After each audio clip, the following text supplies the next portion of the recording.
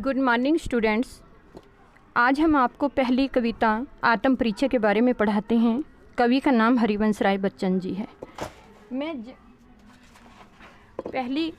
पहला स्टैंजा, मैं जगजीवन का भार लिए फिरता हूँ, फिर भी जीवन में प्यार लिए फिरता हूँ।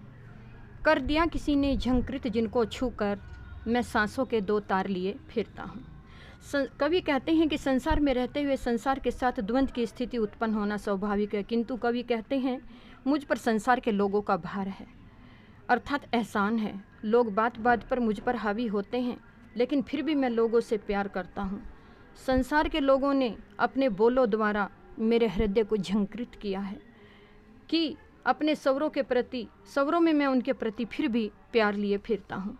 चाहे लोग मेरी बात की अवहेलना करें, किंतु मैं उनके प्रति प्रेम पूर्वक व्यवहार करता हूँ।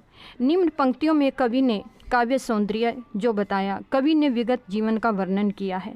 भाषा सरल, सहज, खड़ी बोली, तत्सम तद्भव शैली का प्रयोग हुआ है। गेय मुक्तक शैली, अनुप्रास, पद मैत्री, सवर मैत्री, अलंकार, बिंब योजना सार्थक व सटीक है। श्रृंगार रस का प्रयोग हुआ है। माधुर्य गुण विद्यमान है। दूसरा, मैं स्नेह सूरा का पान लिए फिरता हूँ। मैं कभी न जग का ध्यान किया करता हूँ, जग पूछ रहा उनको जो जग की गाते, मैं अपने मन का गान किया करता हूँ। कवि कहता है मैं सदैव प्रेम रूपी शराब यानी कि प्यार रूपी मदिरा पीता हूँ, अर्थात प्रत्येक व्यक्ति से प्रेम पूर्वक व्यवहार करता हूँ। मैं यह ध्यान नहीं करता कि लोग मेरे साथ कैसा व्यवहार करें। संसार तो उन्हीं लोगों का अधिक सम्मान करता है जो उनकी प्रशंसा करते हैं, लेकिन मैं तो अपना मस्तीपूर्ण जीवन यापन करता हुआ संसार की परवाह छोड़कर अपने मन के भावों को गीतों में अभिव्यक्त करता हूँ। इसमें कवि ने संसार की स्वार्थपरता का चिंतांकन किया है। भाषा सरल, सहज, सरस, खड़ी बोली है। तत्सम शब्दावली का प्रयोग हुआ है। गेय मुक्तक शैली, अनुप्रास, पद मैत्री, सवर मैत्री, अलंकार है। बिंब योजना सार्थक व सटीक है। श्रृंगार रस, माधुर्य गुण विद्यमान है। तीसरा स्टैंजा, मैं निज उर के उद्गार लिए फिरता हूँ, मैं निज उर के उपहार लिए फिरता हूँ। यह है अपूर्ण संसार मुझको भाता, मैं सपनों का संसार लिए फिरता हूँ। अर्थात कवि कहते हैं मैं अपने मन के भावों को लिए घूमता हूँ। संसार के लोगों को देखकर मेरे मन में विचित्र भाव उत्पन्न होते हैं। मैं अपने हृदय में उन भावों की अभिव्यक्ति रूपी उपहार लिए हुए हूँ।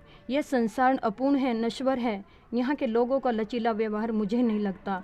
मैं अपने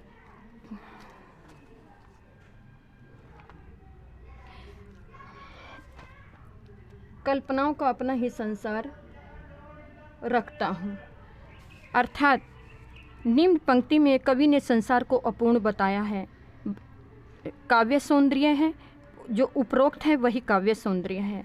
चौथा स्टैंजा जो है, मैं जला हृदय में अग्नि दाह करता हूँ, दुख सुख दोनों में मगन रहा करता हूँ। जग भव तरने को नाव बनाए, मैं भव मौजों में मस्त रहा करता हूँ।